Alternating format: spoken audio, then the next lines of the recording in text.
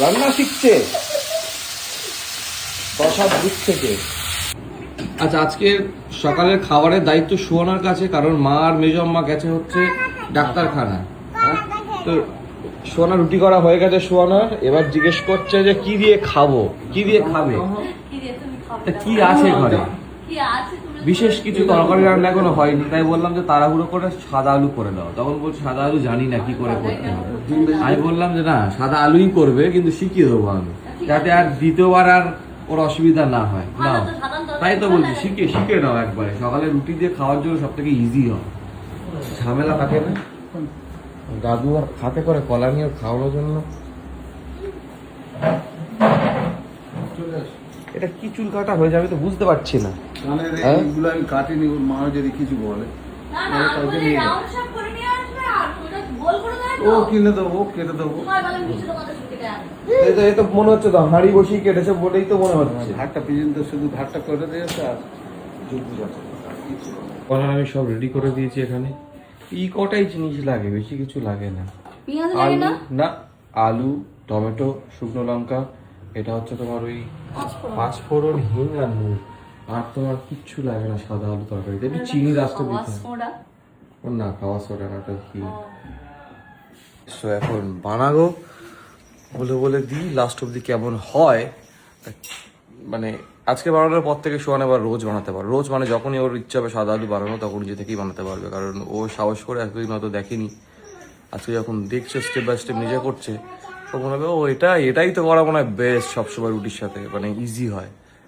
কি চাই মাইরা? মাম্মা কি চাই? কি খুঁজছো তুমি?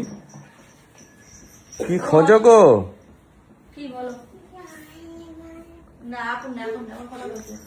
তুমি কেন যাবে ওদের বাড়িতে? ওরা তো এখন সবে ঘুম থেকে উঠে রান্না বান্না করছে, ব্রেকফাস্ট করছে। ও ঘুরতে গেছিল পুরুলিয়া আমার বড় দাদাদের সাথে, মানে বড় কাকুদের সাথে। কাকু হয় না, দাদু হয় না, কি দাদা হয় কে?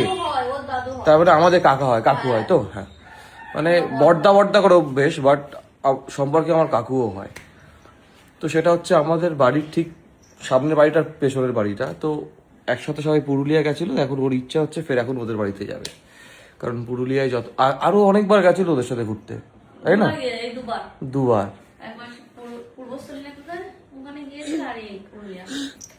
কিন্তু দাঁড়াও, লোকের বাড়ির এখন সকাল সকাল গেলে হবে? একটু পরে যেও, তুমি নিজে খেয়ে দে নাও, তাদেরও খেয়ে দে নিতে দাও। হ্যাঁ, আরে শিখিয়ে দিয়া করুন, বসে বসে কথা বললে হবে না। তো গরম না, একদম তেল বেশি, আগুনটা বেশি ফ্লেম দিও না, মানে হুট করে পুড়ে যাবে। কারণ ব্যাস এরকম রাখো, তেল অলরেডি গরম হয়ে আছে। শুকনো লঙ্কাটা দাও, তারপরে পাঁচফোড়নটা দাও, তারপরে পাঁচফোড়নটা দাও। পুরোটা সব? হ্যাঁ, হিং টিং সব দেওয়া হয়ে গেছে এখানে।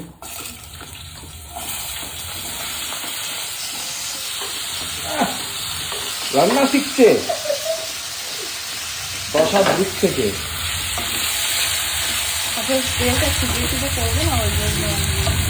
না, দেখেছি এখন যে এখানে গন্ধ বেরিয়ে গেল, এইটুকুতেই গন্ধ বেরিয়ে গেল। কিচ্ছু না, হলুদ না, কিচ্ছু না, এইটুকুনি শুধু হিং, পাঁচফোড়ন আর হিং না গো, হিং। ওই হ্যাঁ হ্যাঁ, আবার আর কিছু দিও না। এখানে অনেকে অনেক কিছু অ্যাড করে, বাট আমি এইভাবে করে দেখেছি যে আমার খারাপ বন্ধ লাগে না, তো আর এক্সট্রা কিছু অ্যাড করি না আমি। ঝালের গুঁড়ো, হলুদের গুঁড়ো, জিরা গুঁড়ো, কিচ্ছু না, শুধু একটু নুন দেবে। নুন এখন দেবো? হ্যাঁ, চাইলে দিয়ে দাও। কি গন্ধ বেরিয়েছে! বলো, কঠিন না সহজ? একদম সহজ। তাহলে পারি না করলে নতুন একটা শিখে গেলে। সকালবেলা চট জলদি কি করবে? সাদা আলুর তরকারির সাথে রুটি, কেন লুচিও দারুণ লাগে।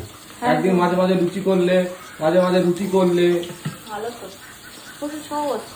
আলুর দম করতে গেলে ভালো গন্ধ বেরিয়েছে। কত কি দিয়ে করতে হয়। তাহলে আজকে সহজ পদ্ধতি। সোয়ান একটা নতুন তরকারি শিখে গেল। বলছে ভীষণ ইজি ছিল, নতুন একটা তরকারি শিখে গেল, মানে এটা আবারও এটা বলে ওই জন্য তোমার নাকি হেল্পিং হ্যান্ড হয়েছে। যাই হোক, অনেক কিছুই তো শিখছে, এটা একটা ছোট জিনিস। আমিও শিখেছি, লাস্ট ইয়ার থেকেই বানানো শুরু করেছি সাদা আলু, তোর আগে কোনোদিনও বানাইনি। তো এখন এতটা ইজি মনে হয়, যখন একা থাকে মানুষ, ইজিয়েস্ট ওয়েতে কী খাবার দাবার বানানো যায় অল্প সময়ের মধ্যে, সেগুলো শিখতে মানে শিখে যায় মানুষ আর কি। তো অনেক সময় রাত্রেবেলা 11টার সময় রাত্রেবেলা বাড়িতে ফিরছি, ফিরে পুরো প্রপার ডিনার বানিয়ে আমাকে ঘুমাতে হবে। তখন মাংস থেকে শুরু করে যেগুলো মাছ টাছ যেগুলো সময় লাগে সেগুলো করি না, নর্মাল ভাত আর ইজিয়েস্ট ওয়েতে বানানো, যেমন ডাল আর সেটা সাদা আলু তরকারি করে নিলাম, খেয়ে ঘুমিয়ে পড়লাম। এই করে করে করে করে ডাল কিনে নিয়েছিলে, সেটা তো কোনো কিছু হলো না। কই ডাল কিনে এনে? আরে একটা প্যাকেটে করে ছোট নিয়েছিলে, কি গরম পানি না কি করে কি করতে হবে তো আছে তো মনে হয়।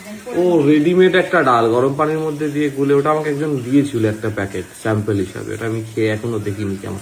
যাই হোক, চলো টাটা, দেখা হচ্ছে খুব তাড়াতাড়ি অন্য একটা ব্লগে।